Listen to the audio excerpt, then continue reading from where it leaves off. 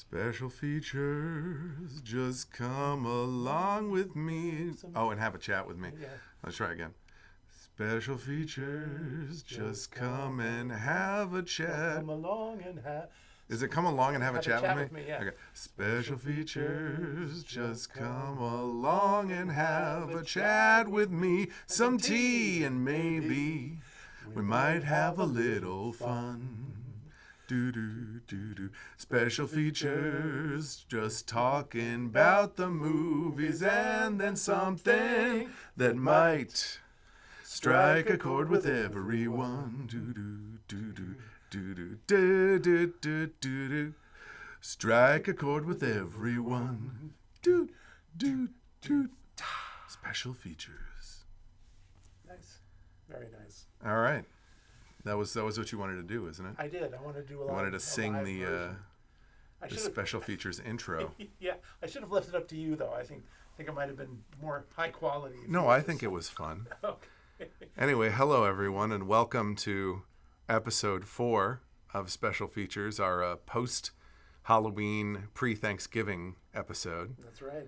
Although I don't know if I'm going to release this episode before Thanksgiving. Yeah. We've had a bit of a setback. I've been a bit under the weather in a few ways. Sick as a dog. I don't know if you noticed in the last episode I was sweating so much.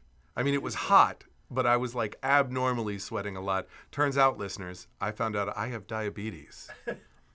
And that's why... I don't know why I'm laughing. And that's why I was sweating so much. It was grim. Because my blood sugar was dangerously high, as the doctor put it. Good thing I didn't end up in the hospital. And since then, I've had a heart monitor. I've had Invisalign put in, and that's not related to the diabetes. No. Just a lot of health stuff, you know. And I had something that I think was akin to pneumonia, which I still have a bit of a cough from. So it's been slow getting this next episode up and running. It's been a roller coaster. Yes. It's sorry been about all that. a party. A party in our mouth. So Okay, what? I don't know. A party in our mouth? It just popped out. I don't know what that means, or It's been a challenging beginning of the winter, to say the least. it's been rough. You know, and as far as like my personal health goes, I've heard a lot of other people have been dealing with health concerns, you know, pneumonia, various things. You know, obviously we have the political situation, which is challenging, Yes. to say the least. And, you know, so we've all just been trying to, you know, just ease into winter as best we can. Weather's been a little up and down. You know, today it's unusually cold. It's chilly. But it's nice. You know, it's nice. I hear apparently we're supposed to get some snow next week. Wow, I did not hear that. That's interesting. Yeah. So maybe we can have I a like little snow. bit of the holiday vibe. That'd be nice. You know, maybe to bring up the spirits a bit from the difficult autumn that we've had. Yeah, absolutely. Although I have to say, I almost never get shocked or depressed about whatever happens in politics, because I feel like my whole life has just been a series of disappointments. I remember when I was in second grade, there was the election between Richard Nixon and George McGovern. And I remember I was just a little kid in second grade and in my class, and I liked McGovern because I don't know what I knew about him, but he was a war hero, and he was, a nice guy, and he was interested in technology and science and space exploration, all these things, which made me lean towards him over Nixon, who seemed like a very dour, kind of, grouchy guy. But when I told my class that Nixon not known for being a jolly not too forest sprite, not too jolly. But when I told my teacher in my class that everybody's gonna have a slice of cake, I don't care. Sorry, continue. No. I remember the whole class was rooting for Nixon, and I was the only one who wanted McGovern to win. And then, like a few days later, when Nixon in fact did win, the teacher brought in a newspaper with the headline "Nixon wins landslide," and they all kind of like showed me the newspaper and like laughed and mocked you and mocked me. Yeah. Exactly. And so I felt, very embarrassed and everything. I still thought I was right. Yeah. And it turned out to be right, because something like 8 months later, Nixon had to resign in disgrace. Of course, the teacher never came to me and said she was very sorry for making fun of me. But Yeah. yeah, Well, I remember I know I was recently watching an episode of The Daily Show. Well, actually a clip from The Daily Show. Nobody watches full episodes of anything anymore. Yeah. It's all 2-second clips, none of us have an attention span. That's true. But I was watching a 2-second, like a short clip of The Daily Show, not literally 2 seconds, where he was saying, it's better not to get down about this kind of stuff because, the world is life is in constant flux. Things are constantly changing. You never really know what to expect. And he showed an election map of the election night when Reagan was elected. And he said that every state except for, I think it was I don't know, Utah or something, went red. Yeah.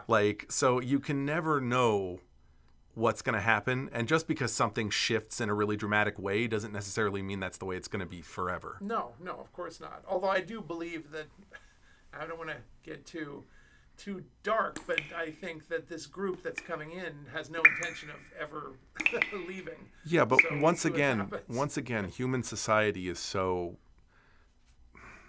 flexible, so so intangible to some extent that even obviously we've had many years where things go up and down, and hundreds of years, thousands of years, and everything always eventually changes. Nothing is the way it is forever. You're right, and and I will try to think about that, and and just allow this to be just another one of those weird, I don't know, ripples in history. And no matter what happens, we'll always have movies. That's right. Movies are our escape, and Yes. were when I was a kid too. Even if so. they become government mandated movies that are edited right. where all of the challenging and or thoughtful parts are edited out. Exactly. We'll watch Apocalypse Now, and it'll be like a 5-minute short film Right. about a guy that just goes for a walk in the woods and Right. It's funny that you mentioned Apocalypse Now, because I was just before I came here, I was watching this old movie. I think it was made in the 80s called New York Stories. New York Stories. Yeah, and it's 3 short films. One of them's directed by Martin Scorsese, one of them's directed by Francis Ford Coppola, and one of them's directed by Woody Allen. And the Coppola one has a flute player in it, and there's a brief scene where you see a guy playing the flute, and it's actually Francis Ford Coppola's father, Carmine Coppola. Yeah. And Carmine Coppola was famous as being a musician and a band leader. And he, in fact, actually did some of the music for Apocalypse Now, which is why I'm bringing this up. Because there's actually some scenes in Apocalypse Now that have flute playing going on, and that's Carmine Coppola playing the flute. And I'm only, all of this occurred to me as I was watching that scene from New York Stories. It almost sounds silly. Yeah. Why? But I know flute playing can be serious. I just mean when you hear there's flute playing in Apocalypse Now. It does seem Something strange. about it seems a little silly. Yeah. Well, it's one of those scenes, I think, one of those moody scenes on the boat on the river, and there's a little bit of a kind of Picture yourself in a moody scene on a boat on a river. That's right. Apocalypse Now. In Vietnam with lots of bombs. That's right. With Martin Sheen. With Martin Sheen. That's better. By the way, viewers of this podcast, forgive me if I keep kind of baring my teeth. It's just because I feel because I'm doing Invisalign, I feel like there's a plastic bag on my teeth all the time. So there's always this feeling I want to just bare my teeth like some kind of a maniac, just because I just want to get that feeling off of the inside of my lips. It's flattering. Yeah, it's lovely.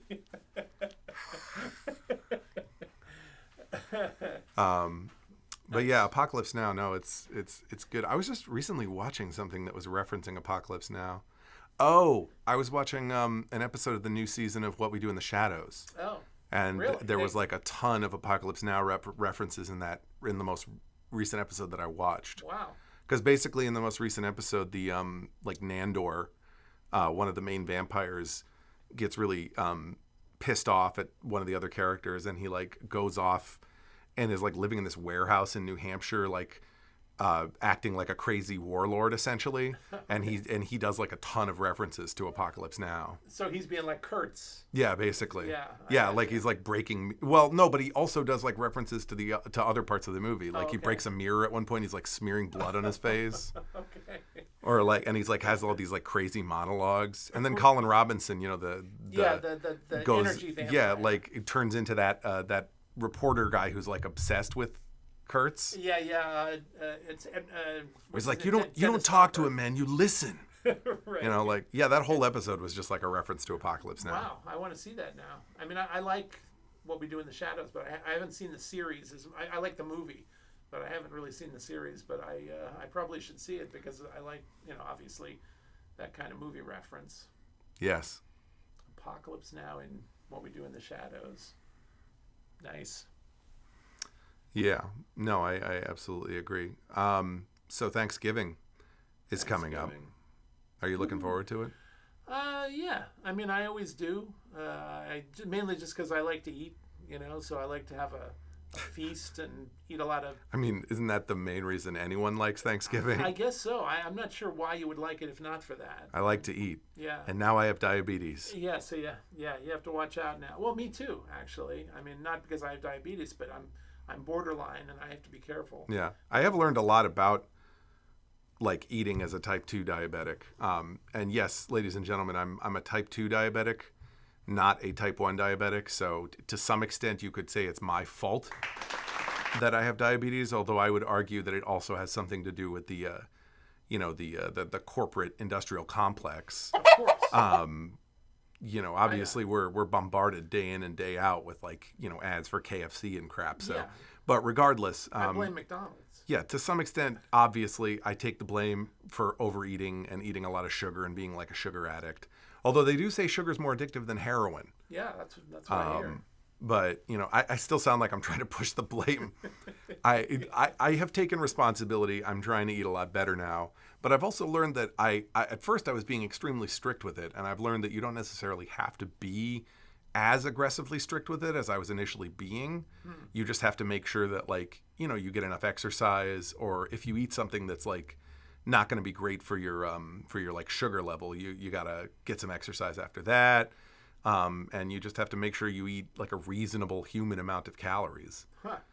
So Well, that's good to know. As long as you do that, you can still be you can still like go out and have a burger and stuff. It's not going to kill you. Good. Well, anything you can do to prevent having a massive stroke or heart attack I would suggest, because, I don't want to have to do this podcast alone. Yes. It would become a different podcast, I think. Yeah. It would become, because you want to do a podcast going forward. You want to do one about your personal life and stories. Yeah. I definitely, I have like a lot of stories. So and you'd have even more if your son died of diabetes. Yeah. I don't think that would be conducive to my creative impulses, though. I probably would not be doing a whole lot. Yeah. So I don't mean to be grim. I'm not like nobody's going to die here, as far as I know. Good. I was thinking about diabetes though, and I was thinking like, are there any movies where like diabetes is an important part of the plot? Wow, that's a good question. Because I can't off the top of my head just like think of any. Yeah. I can't either. But I also don't think I think mostly people have never really, like historically speaking, haven't really thought of diabetes as being like, oh, we have to make an important movie about this condition. Yeah. For the most part, it's just sort of been an unfortunate thing that some people have to deal with. Yeah. Like I don't think they've made any movies about like, people who have severe celiac disease or anything. No, but I'm thinking about that. There was that Italian film or French film about those guys who rented a house and then basically ate themselves to death. They had a bunch of incredibly rich food brought in, and they just ate and ate until they died. And I'm wondering if they died of, diabetes, some kind of diabetic complications or something. Yeah, you've told me about this movie. I'm not sure I've ever seen it. Have you not seen this movie? I No. thought you had seen it. Okay. But that actually brings us to an interesting thing. There are obviously a lot of movies about like feasting. Yeah. That we could talk about here in relation to the upcoming Giving of Thanks Festival. That's true. The Giving of Thanks Festival. Thanks Festival. Um, Happy Thanks Festival. like there's that, There's whatever movie Dinner for Schmucks is based on. Yeah. There's Big Night, Yep. Which I know Binging with Babish has talked about. Right. Is that a Thanksgiving thing, though? No, it's just like about Italian food. Yeah. Yeah. Okay. I guess Italians have a lot to be thankful for. Yeah, sure. Being Italian's pretty cool. Yeah. I wish I was Italian. Really? No. Why? I mean, like, seem to it'd be be no happy. better or worse than being anything else, I guess. Right. What else? Babette's Feast. Yeah, Babette's Feast. That's a good movie. Yeah. Yeah, about a feast. That's an incredible. Made Yes, by a woman about a named feast. Babette. Yeah, it's called. Yeah, it's a great movie about a feast made by Babette. That's right. A woman named Babette, That's right. and she makes a feast, and It's quite a feast. it's quite a feast. Yeah. Very nice. No, it's a great French movie. Is it French or is it in Danish or something? I think it's in French. It takes place in Denmark, but It takes place in Denmark, but is it in I French? think it might be French. Yeah. Okay. Regardless, it's about this woman that like lives with these two older women and like serves them basically, and then she wins a bunch of money and decides to cook them like this gigantic, elaborate French feast. Right, because the food that they're traditionally eating in that village is really terrible. Yeah, it's like old timey Danish food. Yeah, yeah. So I would assume a lot of meat and potatoes type yeah, a stuff. lot of watery soup, I think. Yeah. And things like that. But that movie is really fantastic. Oh, I it's highly great. recommend it. Yeah, That's like that's definitely a great art house film about feasting. absolutely. And then of course, to go from there, we have the opposite end of the spectrum with The Cook, the Thief, His Wife, and Her Lover. Yes. Another film that ends in a feast. Yes. A very different kind of feast. Yes. Yeah. Yeah. It's, Spoiler alert. But I do want to talk about the ending of that movie. Yeah, well, I was just going to say that, it's funny because that movie has a couple of very beloved actors in it. It's got Michael Gambon playing a very unpleasant mobster, villain. The villain of the movie is played by Michael Gambon. Now, Michael Gambon, of course, is known for his most lovable character of Dumbledore. Dumbledore, yeah. Yeah. Yeah, you're right. You're Yeah. right. I forgot he was in that. Yeah. Yeah. Yeah. So he's... So Dumbledore's the weird freak. Yeah, the monster who The stabs... mobster. Monster mobster. Who Monster mobster. stabs people in the face with a fork. And forces people to eat dog shit. Yeah, exactly. But then at the end, and as we've said, spoiler alert, like the main character of the movie, does the mobster kill him? Yes. The mobster kills him, and then they take his and body. then they cook him. Yeah. And they force the mobster. They force the mobster to eat him. Yeah, because the head chef, because this all takes place in a very fancy restaurant. Yeah, high-end upscale restaurant. French. Yeah, and the head chef at this restaurant is, I wish I could remember the actor's name, but he plays this kind of secret agent character in the movie Diva, which is another incredible movie. But the chef then, prepares the body and serves it to Michael Gambon at the end as a roast, almost like a turkey or something like that. And, Yes, it looks like a turkey. Yeah. It's like a human turkey. Yeah. Now the question I always had watching that scene though is where did they get the giant roasting pan that's big enough To put roast a body? human body. Yeah. Oh, June. Hi, June. June wants to get involved in the podcast. Yeah. For our audio listeners, my little cat is climbing on the table and rubbing her butt on the microphone and She's checking spraying everything out. urine on us and all the good stuff. No, she's just having a good time. She's just hanging out. She's good. But yeah, it's interesting because if we're gonna start like going into the realm of cannibalism as far as feasting goes, I guess you could argue that like something like Alive or something is a feasting movie. Yeah, well, you certainly could. In fact, I think that they are. Maybe I'm wrong about this, but I think that the rugby players in the story of Alive, and what that story is I'm sure people must know, but it's basically a rugby team is in an airplane that crashes in the Andes. Yeah, this is a true story. It's a true story. Yeah. And they wind up being stuck in the mountains on a glacier for months, and they end up having to resort to cannibalism, eating the dead bodies that didn't survive the plane crash. And it's interesting because I think it does take place over the the Christmas and Thanksgiving. Well, there's no Thanksgiving, of course, because it's No, but South America.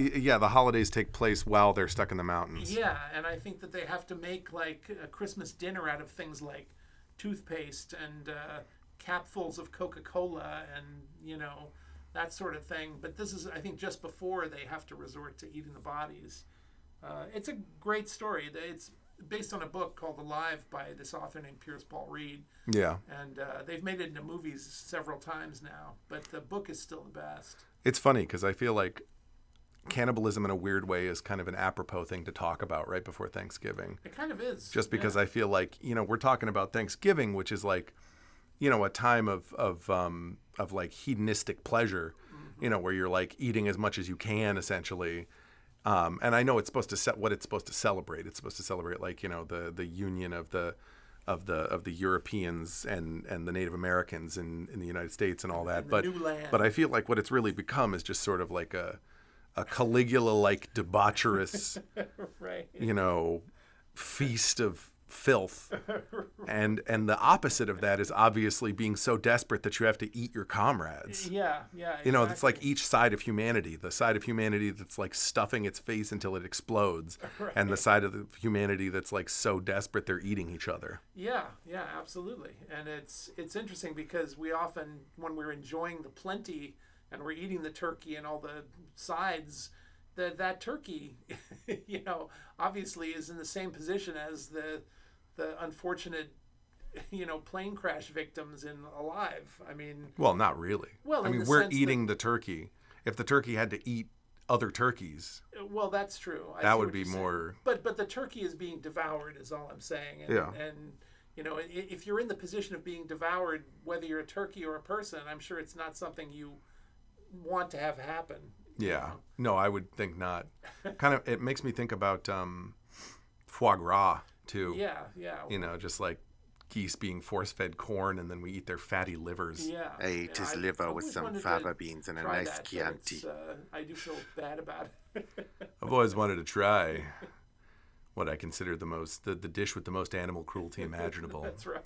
No, it does sound good. I mean, it's like really, really rich liver pate, essentially. Yeah, exactly. But yeah, I mean, are there any other examples of like cannibalism in popular culture? I mean, I know there's historical examples. There's like the that group of people that was like crossing the Americas and got trapped in a mountain pass. The Donner Party. The Donner Party. Yeah, there's them. Sure. But are there like other examples in art of cannibalism as like feasting? I mean, aside from like monster movies and stuff. I mean, like more realistic examples. I know there was that thing you told me about. I don't remember what it was from, but there was like some train in India that was serving what people thought was pork, and it turned out to be they were using like human flesh. Yeah, I was reading a Paul Theroux book. Paul Theroux is a travel writer, and he wrote a book called The Many Isles of Oceania, where he paddles a little kind of a little collapsible boat around the different islands in the Pacific. And in one of the he goes to New Zealand, and he winds up having lunch, I think, or dinner with the Prime Minister of New Zealand. And the Prime Minister tells him a story about how he had been traveling in India by train, and one night they served some kind of a dark curry that they said was beef, but it tasted strange. He said it didn't taste right, but he still ate it, and then he got very sick. And and then like a few months later, he was reading the newspaper, and it said that some cook on the Indian train had been busted for using human body parts instead of meat. Regular meat. Yeah, and so what the Prime Minister thought must have happened is that he must have been served human flesh, and it was probably not prepared well or something. It was probably like rancid or something. Rotten or something. Because obviously, like just eating human flesh under normal circumstances doesn't just make you sick. No, of course. It has to be like something wrong with it. Yeah, absolutely. Well, as far as we know, I mean, I've never personally eaten human flesh. As far as I know, although God knows with like the mechanically separated food industry, you never know. Who knows? Yes, exactly. I guarantee you, if there was like a meat processing plant that was like unregulated enough and somebody just like fell into the works, they probably wouldn't report it. No, probably I mean, not. I don't know. I really don't know. Obviously, I'm not like trying to call anybody out on anything. God forbid. But yeah, that's wild. Yeah. I wonder if, since we're like great apes, right? I wonder if like chimps and bonobos also, because they say human tastes like soft pork, right? Yeah, something They say like that. they say that those man-eating tribes used to call it long pig. Right. So like, I wonder if apes and bonobos also taste like pork. Probably. I mean, They are much furrier than us. Yeah, maybe they're a little tougher. I don't know, a little leaner. A little leaner, a little furrier. Yeah. Get a little ape bonobo fur with your meal. Well, from what I understand, at least I don't know if it's still true to this day, but I know that in the past, if you traveled through Africa and you just bought meat at, wherever they would sell it, there was all kinds of what they call bush meat. There was a chance it could be human. Well, not human, but ape, certainly. Oh, but like random animals. Yeah. Okay. And It's funny. It reminds me of speaking of like the deep jungle. I recently tried to watch part of Madam Web. You know, that Marvel movie? Yeah. That came out not too long ago that everybody thought was like terrible. Yeah. And I couldn't get through the beginning. It was so silly. That's too like, because bad. it starts in like, I think in like the South American rainforest. Okay. And there's like this woman looking for a spider. And then like an actual spider? yeah, like a species of spider that doesn't exist in our world, like some kind of magic spider essentially. Okay.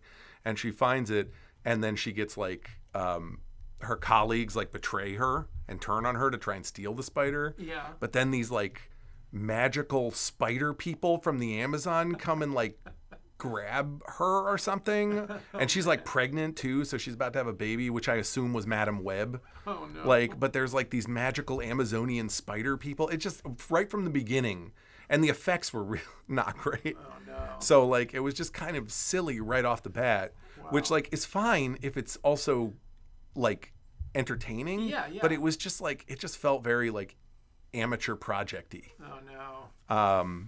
But I'd already heard so much about that movie being bad. I had no hope for it going in. Yeah, well, I mean, there have been a number of Marvel projects that I have not been super fond of lately, such as the Eternals. Yeah. And The Eternals was very slow. yeah, and there was a couple of other things. I forget exactly what. There was that vampire movie.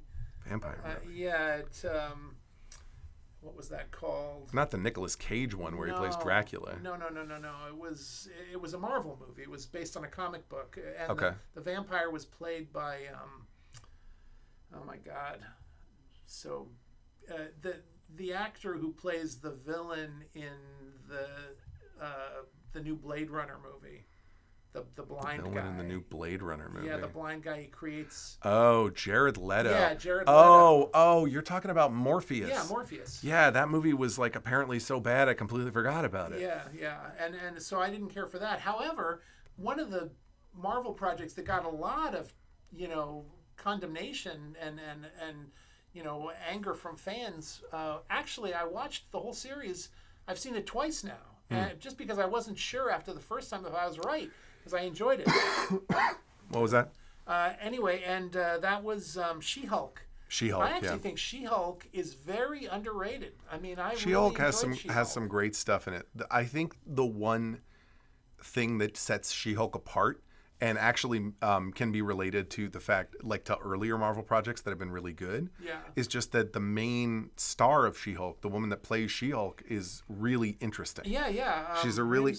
Tatiana something. She's charming. She's unusual. Maslany. Yeah, she's charming. She's unusual. She's interesting looking. She is. She's a good actress. Yeah, absolutely. She's funny. And she does a lot of monologuing, and it's all very good. I mean, it's well written. No, I know. She's funny. And a lot of people have complained about Marvel not having like good female main characters, and I feel like she's one of the better ones that's popped up in the last few years. I completely agree. In fact, I think that people were kind of on the track in the mode of criticizing Marvel, and especially in this, all of this like woke like furor and craziness. I think they just were looking for things to complain about, but I think She-Hulk is actually a really good show. It's it's a light show. It's not a heavy show, but I think it's excellent. And I agree. I mean, I don't know about excellent. I think the show has like functional problems, like script problems. I don't know. I don't kind of disagree. I don't think it's perfect as far like because I feel like some stuff just kind of gets like thrown in at the end, and I feel like there's some slow parts. That's what I was. When I first watched the series, I felt that way too. I thought, did it get too chaotic at the end? But when I watched it a second time, I actually don't think so. I actually liked the ending quite a lot.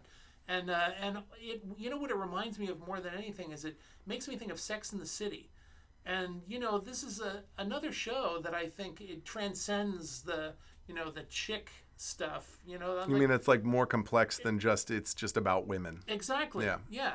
Which of course ideally is where art should be with women. Absolutely. Because like the problem with art and women is that women get like pushed into this category a lot by people with money, where they have to like, if you're not talking about being women or if you're not like doing woman things, it's not women's art. But it's like, that's ridiculous, because all art should be just good art, no matter who's doing it. Well, absolutely. And one of the things that I kind of pride myself on is that I don't consider myself to be prejudiced towards manly, like I actually get annoyed when I see a show that's pandering to men, because it's too being, so macho and kind of, blunt and empty-headed. I mean, of course, but that's the best characters are always like a mixture of different things. They're not just one thing. Absolutely. I mean, that's why, when Taika Waititi first took over the Thor franchise, it got so much better. Yeah.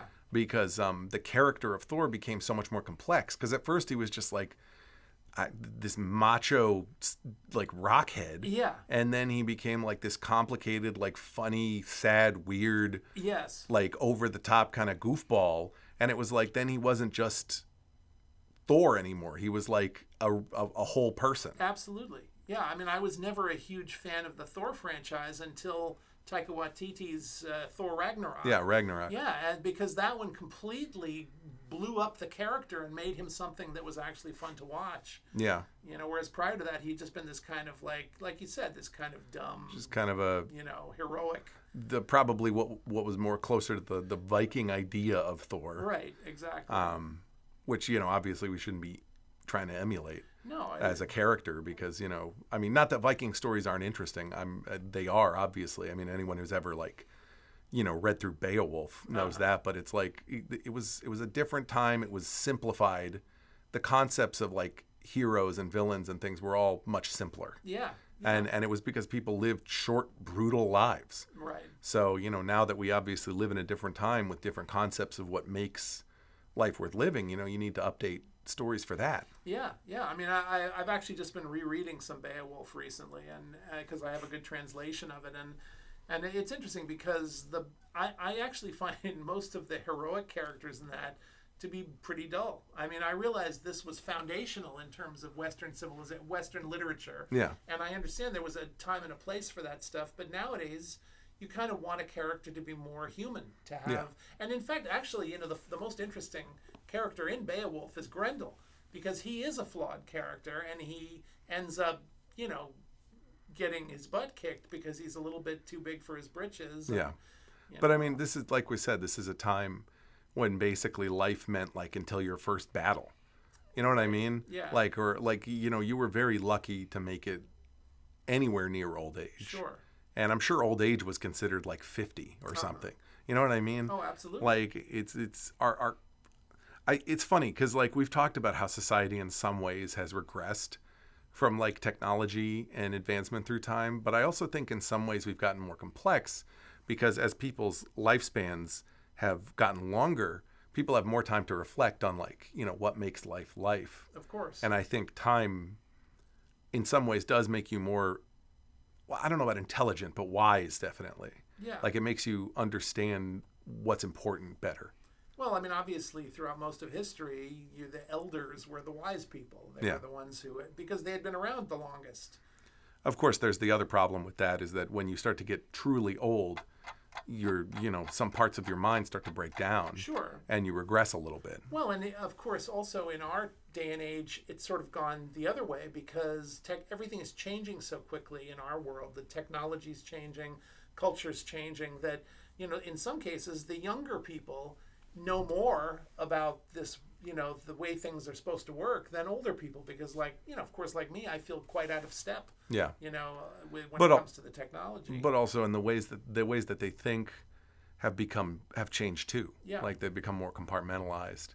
You know, and obviously we're having problems in the world we live in now too. I mean, like things like literacy have gone down. Right. So it's honestly hard to say. It's all a very complicated balancing act. Yeah. But yeah, anyway, we were talking about She-Hulk. Yeah. I mean, there's actually been a couple of interesting little Marvel developments. I mean, like I enjoyed She-Hulk, and one of the characters that actually makes to me an amusing appearance on She-Hulk is Daredevil. And Daredevil. And is this all leading to addressing the elephant in the room? Which elephant? For our audio listeners, my dad brought some props with him here today. So there's some books and little like statues on the table, and I was just referring to the statues. Oh yeah. Well, this one statue that I brought is Man-Thing, but he's not really related to Daredevil. Although I will talk about him. No, I know. I was just wondering if that's where all that was leading. Well, yeah, absolutely. But I just wanted to say that actually the Marvel project that I'm looking forward to that's going to come out is the new Daredevil season, which is called Born Again. Yeah. And now that was very exciting to me because there's a graphic novel of Daredevil comics that is called Born Again, which, as you can see, I have it here. And essentially, I love this storyline. And it's essentially a story of Daredevil having to deal with the Kingpin. Yeah. And the Kingpin essentially ruins him financially. So Daredevil loses everything and ends up, being homeless, essentially. And meanwhile, there's this kind of second Captain America that's been created. And he is kind of an evil version of Captain America. And he has like an American... Nuke, yeah. Yeah, has an American flag on his face. He's called Nuke. And he's being used to do terrible things around the world. And so Daredevil ends up having to fight this Nuke character. And also, Captain America actually appears at the end of the story.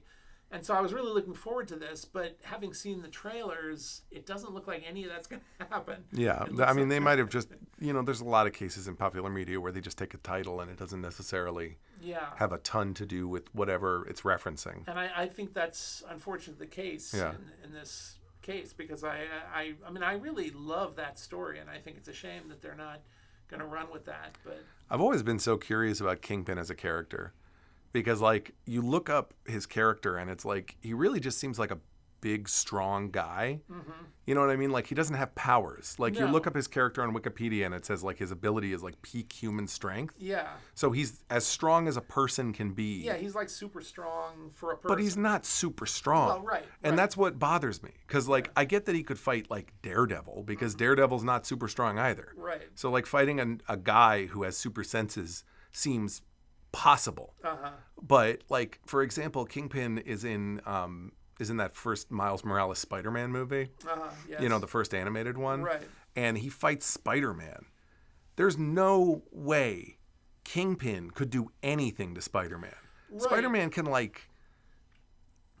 is so crazy strong. Like he can tear down a building. But here's the thing, in the Marvel world, and I know this from the comics, there is always a strange flexibility when it comes to that. Yeah, there's shifting of powers and abilities. Yeah, because I remember back in the 80s and 70s, I would sometimes read some of the storylines from Spider-Man. And I know that there was at least a couple of occasions where Spider-Man fought Kingpin, and it was always closer than you would think. I mean, like, Kingpin could hurt Spider-Man. And my impression was always that Kingpin had... obviously some kind of superhuman strength to be able to do that. Well, and also they might change it, or they might have changed it since I checked.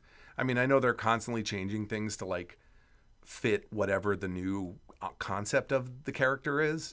Because I remember when I originally checked Captain America, he was listed as peak human strength, and now he's listed as superhuman strength. Right.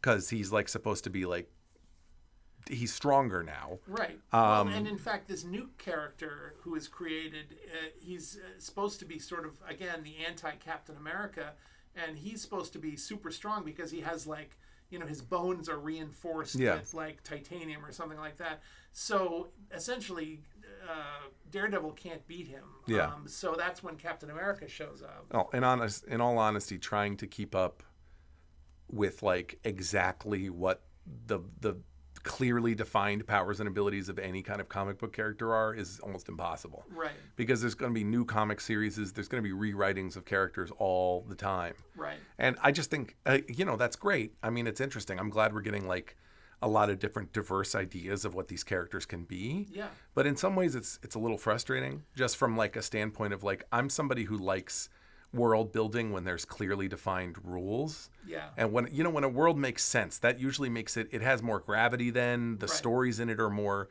engrossing. Yeah. Like we talk about like Lord of the Rings. Mm-hmm. Like Lord of the Rings, sure, it's not perfect. Like just like any fantasy world, like any magical world, like anything. Right. There are flaws in the Lord of the Rings world, but it's been so fleshed out. There's so much history on the world and on exactly like what the characters are capable of that there's much less wiggle room for like suddenly crazy crap to happen. Right. And as a result, the believability of the characters is much more intense and like you really care about them. Yeah. I mean, I get it. There's moments where it's like, what can Gandalf do? Right. But I'm sure at some point in the history of the lore, it's more clearly fleshed out.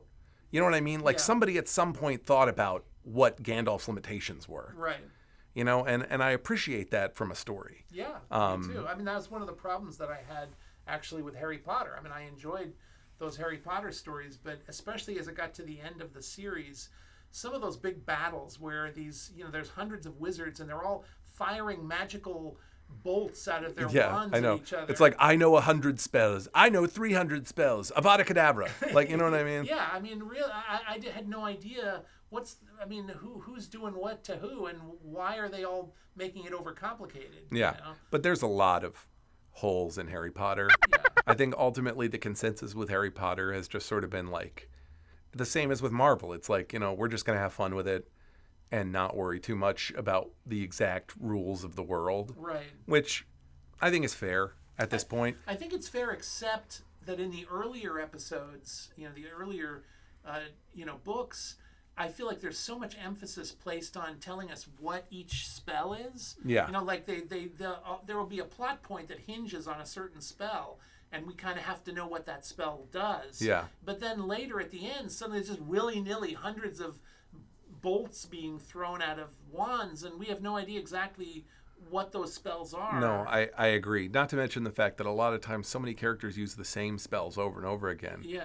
And the overuse of Avada Kedavra is crazy because it's like it's a killing spell, but it's like what's different between that and like a gun? And I know people will be like, Avada Kedavra, there's no way to heal you or recover, or that like it's you're 100% dead if you get hit by that.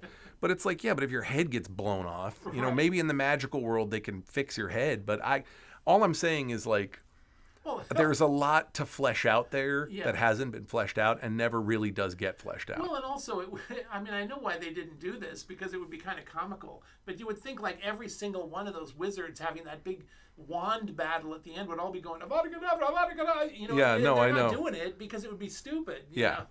Well, and also there's so many times when they're fighting where you get the impression that they're kind of just like shooting random stunning spells at each other. You know what I mean? Because supposedly the good wizards don't use the unforgivable curses. You know what I mean? Yeah. They don't use the curse that lets you control people, the curse that causes severe pain, or the curse that kills people. Okay. And if that's the didn't case, even know. yeah, the good wizards aren't supposed to use those. Okay. But the bad wizards use fucking those things all the time, right? Right. So like when they're having like, for example, the huge battle that they have at the end of the 5th book, in the whatever that, God, I'm starting to forget so much about Harry Potter. I used to be so into it. The Ministry of Magic at the end, right? When like Harry's uncle and all of Harry's adult friends are like fighting his adult friends. It makes it sound like it's a porno. Are like fighting, the Death Eaters. Yeah. And they're all just kind of like willy-nilly whacking spells at each other. Right. And you kind of get the impression all these spells, like, wizards will like, they'll be taking their wands and like flicking them away, or like using their cloaks to flick them away. Right. And it's like, what was that intention of that spell? Was that like a stunning spell? Like, right. What is your plan here? Because if you're the good guys and you're not going to kill the evil wizards, are you trying to shoot spells at him that are going to like incapacitate him? Like, well, you know what I mean? Yeah. Like, No, and absolutely. maybe I'm being an idiot here. Maybe there's like examples in the books or movies I haven't remembered where like you see stuff happen and you know what's going on, but like, I don't know. Well, I think that the books have an advantage over the movies in that in the book there's a lot left to the imagination in a way. When there's a big battle at the end of the books, you just sort of assume that it all follows the rules set up in the earlier books. But in the movie, you can see that it's not, and so it's a little bit trickier to kind of figure out what they're intending to have there, other than just kind of. Well, not to mention they put so much emphasis on certain spells. But then, like, later in the story, the characters all use spells that you never saw them learn anything about. Yeah. And you're just supposed to assume that they learned about them. Right. And that bothers me. Yeah. Like, sometimes you'll see them use spells they took time to learn. Like, for example, I know that they use the friggin', what is that spell called that's, like, fights against Dementors? That's like with the ghostly where they gear. make the little ghost animals. Yeah. They use that a bunch. Yeah. But like there's other like transfiguration never really seems to come into anything very much. I mean, I know they use like a potion to like change their appearance a lot. They use Polyjuice potion. Yeah. But like you remember that the McGonagall's transfiguration class where Ron turned his rat into like a cup with fur and a tail? Yeah. Like when do they ever use anything like that? No, absolutely. And also like, everywhere Harry, Hermione, and Ron go in the last book, they're setting up all these protection spells around their camp. When did they learn those spells? Yeah. When do you learn where was the shielding class? Where was the defensive magic class? Yeah, although I guess you could say it's the defense against the dark arts. Okay, but there's no class on like making magical shields. Yeah, no. And you'd think that would be like one of the most important things you could possibly learn. Right. Because you have constant attacks from dark wizards and crap, you're going to need like defensive spells more than anything. Well, it also seems like just the sheer multitude of different weird spells that must have, because we know there's a spell where it makes you vomit slugs. Yeah. So it seems like you could have a spell where you're vomiting almost anything. Yeah. That spell had a humorous name. I forget what it was. It was like eat slugs. It was like slug-a-puke or something. It was something really goofy sounding. Yeah. I do remember that you can make a snake with that serpent saucida spell or whatever that Malfoy does when he's dueling with Harry. Right. I don't know. Eat slugs. That was it. The Ron just says eat slugs and shoots a magical slug vomiting spell at. But it backfires because his wand is broken. Yeah, so he gets it. Yeah. But I'm just saying that would be if you're fighting somebody, wouldn't that be an incredibly useful spell? Absolutely. It sort of incapacitates. Or a lot of the spells, like the one that I know this would probably be considered more of a dark spell, but like the one that Harry gets from Snape's potions book. Yeah. When he Sectum Sempra, where it puts a bunch of cuts all over your body. Right. Yeah. Like there's all kinds of spells that I feel like would be useful. Yeah. That don't really get used. Sorry about that. But I remember I'm thinking about when Harry first battles Voldemort, doesn't he use Expelliarmus? Yeah, he's trying to knock his wand out of his hand. Yeah. Like what is he gonna do after he knocks Voldemort's wand out of his hand? Yeah. Like Expelliarmus. I don't have a wand, so now you've got me. Right. I don't know. He's the most powerful dark wizard of all time. You're telling me he can't defend himself without a wand? Yeah. Anyway, I don't know. We're getting too far into this. This was supposed to be a Thanksgiving podcast. It's now become the episode that's entirely about Harry Potter. Right. But and they don't even have Thanksgiving in England. No, it's true. This would be more apropos for Christmas than for Thanksgiving. Yeah, it's funny that you say that because I just watched. There's this video. There's this YouTube show that's done by these two British guys, these young guys, and it's called Jolly. And they just had an American-style Thanksgiving feast, just to because they're from England and they've never had that before. Is this like one of those British kids try American food type things? Yeah, it is. Except they're not kids. I mean, these guys are in their 30s or something like that. Yeah. But it was interesting. I mean, I think I mentioned in a previous episode that I've been watching these reaction videos.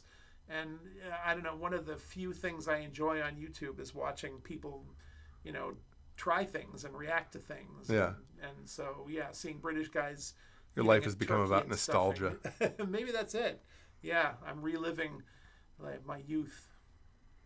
So seeing these British guys eat Thanksgiving food has somehow struck a chord with you? Yeah, I mean, it's, because I think it's slightly flattering, seeing people trying things that you enjoy and look, they like turkey too. Exactly. Right. Do they not have turkey in New England? New England. In England? In England. I mean, I suppose they must, but I don't think it's a thing the way it is at Thanksgiving in America, or on Christmas. I never know what, specific countries have access to anymore. I just assume everyone has access to everything now. Yeah. Or at least in the Western world. They probably do. I mean, you can probably get just about anything if you're in a developed country. It's hard to say because, on Reddit, there's these posts where people will, post the British section in an American grocery store or the American section in a British grocery store. And the American section in British grocery stores is always like Reese's peanut butter cups and Pop-Tarts and all of our most processed foods. Right. And then the British section in ours is we'll have Vegemite. Right, exactly. And and canned Christmas pudding. Yeah, just stuff that's not even inherently necessarily British. Yeah. There's just a lot of random stuff, Milko bars or whatever they're called. The purple chocolate bars. Yeah. That it's I don't know. I know I heard Steve-O talking about something called pickled onion monster munch, and I really want to try that. But yeah, I don't know. So what else have you brought here for us on this table of Thanksgiving of the Thanksgiving bounty? Well, I brought this little statue of Cthulhu from the H.P. Lovecraft stories, just because I think it's kind of a cool thing, actually. Got a little Cthulhu statue here. Yeah. But mainly I brought the Man-Thing because, again, there's a Marvel property there that I wish that Marvel would develop more. And in fact, they did show, it seemed like they were going to do that. Yeah, Werewolf recently. by Night. Yeah, they had that show, Werewolf by Night, which is those little shorts. And there's an appearance by Man-Thing on Werewolf by Night. But they didn't explain who he was or where he comes from. And so I actually brought in this compendium. This is the second compendium of the Essential Man-Thing here. And I read a lot of these Man-Thing comics when I was a kid in the 70s. And Maybe because you felt like an outsider? I think so. Yeah. And Man-Thing is an outsider? That's certainly true.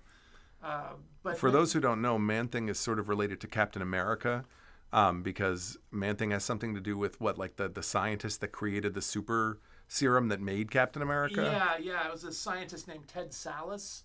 And Ted Sallis is attacked by some criminals who want to essentially steal this formula.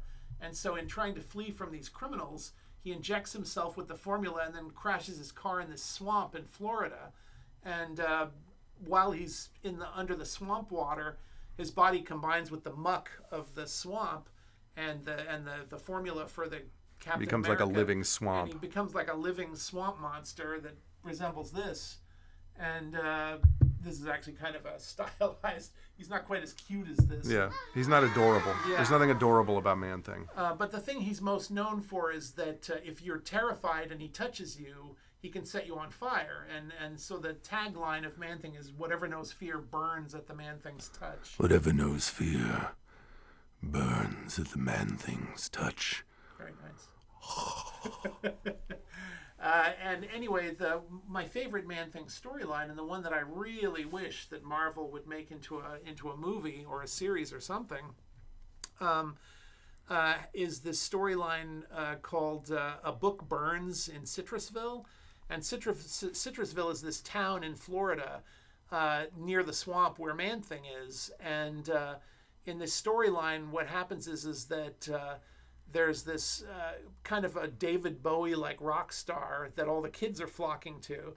And it's causing the townspeople, the parents and the older people to get very, upset because this guy seems to represent this horrible decadence. Yeah. And in fact, he's kind of an obnoxious character. It's sort of a cross between David Bowie and more like Alice Cooper, something like that, or Marilyn Manson. And essentially, the response to him is that the townspeople start worshiping this character called the Mad Viking, who's this kind of traditional values crazy guy. Yeah. And he looks like a big Viking. And so this eventually leads to this big confrontation between these two polar opposites, and Man-Thing makes an appearance and kind of settles the whole thing. There's also like a book burning and stuff, right? Yeah, because the townspeople, they get all whipped up into a crazy mob, and they decide that the kids are all being corrupted, and so they raid the school library and have a bonfire of all the books. And so essentially it reflects current events, even though this comic book came out in like 1974. Yeah. Something like that. Well, like we said, society is constantly looping around. Yeah, absolutely. The guy who I think the inventor of Man-Thing, and the guy who wrote this particular series of comics, his name was Steve Gerber. And his writing, he was really good. He also invented Howard the Duck. Yeah, and he invented baby food. That would be amazing, but no. I wish that were the case. He's not the Gerber guy? No, he's not that Gerber. Okay. He's a different Gerber. That's a shame. As far as I know. Maybe he is that one, but I don't think so. Anyway, so I really wish that Marvel would make a big epic Man-Thing movie utilizing that storyline. But even if they didn't, there's a ton of stories of Man-Thing that involve, there's a lot of there's witches and there's this warlock who's very Gandalf-like. Yeah. Well, plus there's all that Howard the Duck stuff with Man-Thing. Absolutely. Which, obviously they made a terrible Howard the Duck movie, but they could do something new with that. Oh, sure. Absolutely. In fact, the first Howard the Duck story that I read was in Man-Thing, and it was where Howard goes up against this character called Garko the Man Frog, and basically it's it reminds me of because it takes place in Cleveland. Yeah. And it reminds me a lot of this storyline, this comic writer named what's his name? He did this comic name called American Splendor. Oh, Harvey Pekar. Harvey Pekar, yeah. And so essentially Harvey Pekar is kind of the model for Howard the Duck because they're very similar and they're both in Cleveland, and they're both kind of these grouchy misanthropes. Okay. And so I always thought that it would be really funny to do a proper Howard the Duck movie. I don't think that they've even begun to. There is a Howard the Duck movie, but it's pretty terrible. I'm sure with enough time, everything will be remade. Yes. But will it be remade well? That's the real question. That's the real question. Yeah.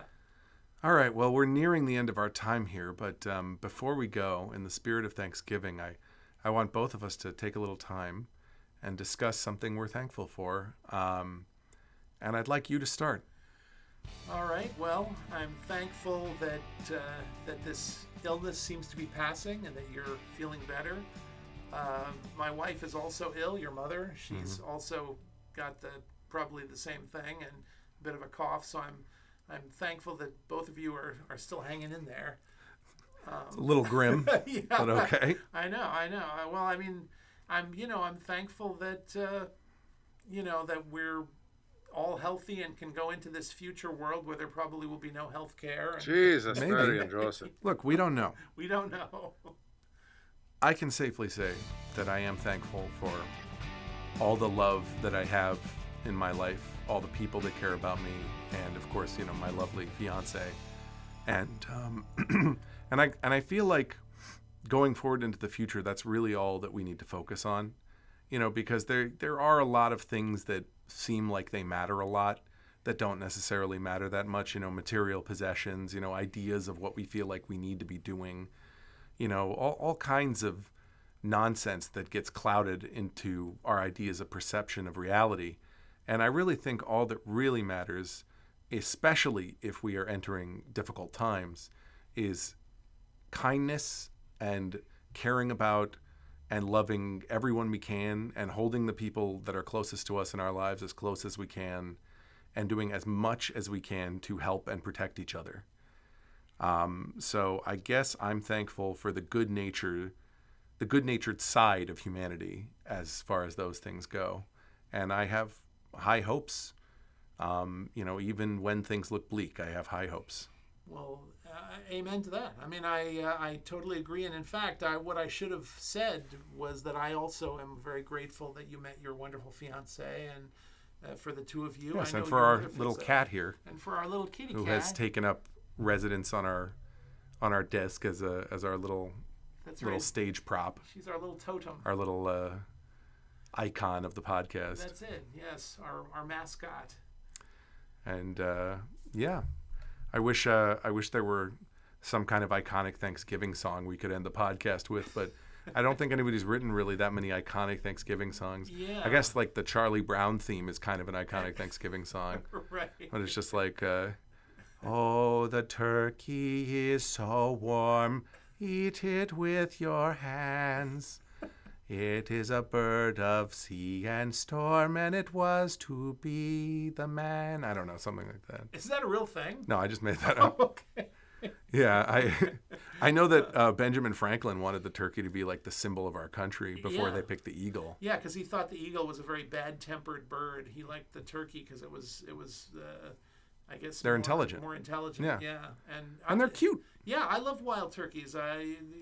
We see them in Rhode Island all the time. Yeah, I see them off the highway. You guys see them in the cemetery. Yeah, we always go for picnics and drive through this beautiful cemetery that we have, and it's full of wild turkeys, and we have a wonderful time watching them. So yeah. I love that.